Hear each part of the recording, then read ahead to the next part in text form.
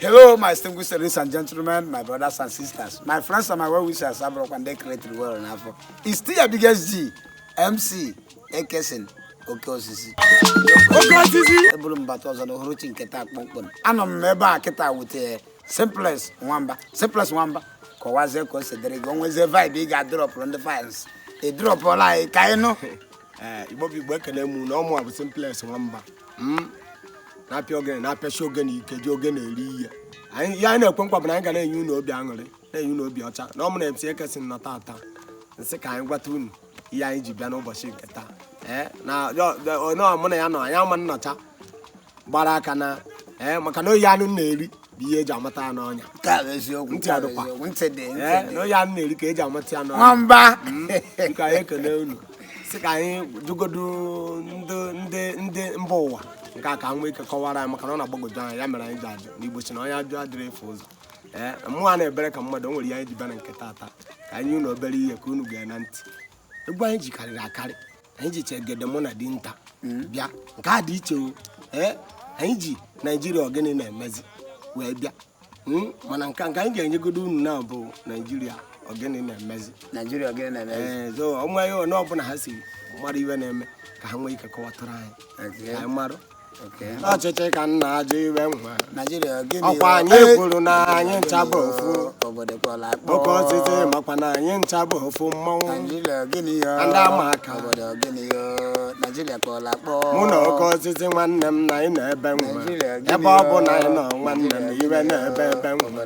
ebe ọ bụ na anyị tinyere alụ na iwe dị emelili ya ewuchi m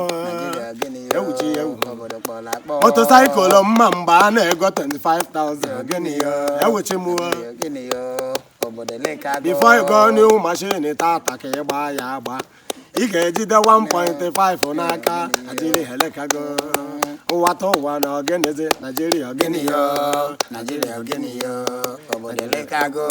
before you touch you yiri n'ụkwụ gị tata ị ga-eji 150,000 mana mgbe buru gboo 500 naira bụ ego ewuchi m ewuchi na ajụjụ ka anyị na-ajụ unu saa anyị nke anwa anyị ga-ajụkwa ọzọ bụzi igwe na ọ bụzi igwe na-ewu ndị ọrụ ugbo agụ na-agụfa agụọ ụlọ ọgwụ a na-amụ nwa na fanta elekasịgori ịma na ịṅụ mmiri bụ ọpụtọpụ ụzọ esi ana n'obodo ọ bụ na elekasịgori elektrisiti na ọkụ adịrọzi ya ogenezite iwe nwa ewuchi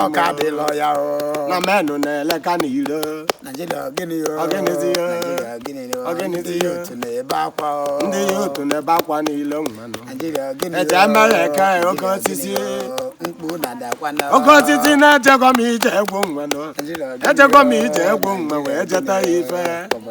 mgbe anyị na-ebido n'ụfọdụ na-akwa emu ejegharị kịta mmọnwụ ejewe ụka mmadụ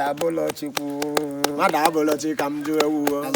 anyị ewegwa adolescent anyị abago mmọnwụ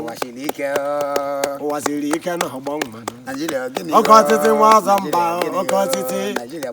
oke osisi nwa ọzọ mba n'ịkali gị iwe o ji okwu eli ihe ndị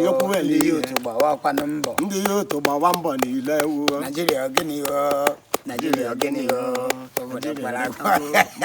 ịma na anyị si na anyị ka nwere egwu oke osisi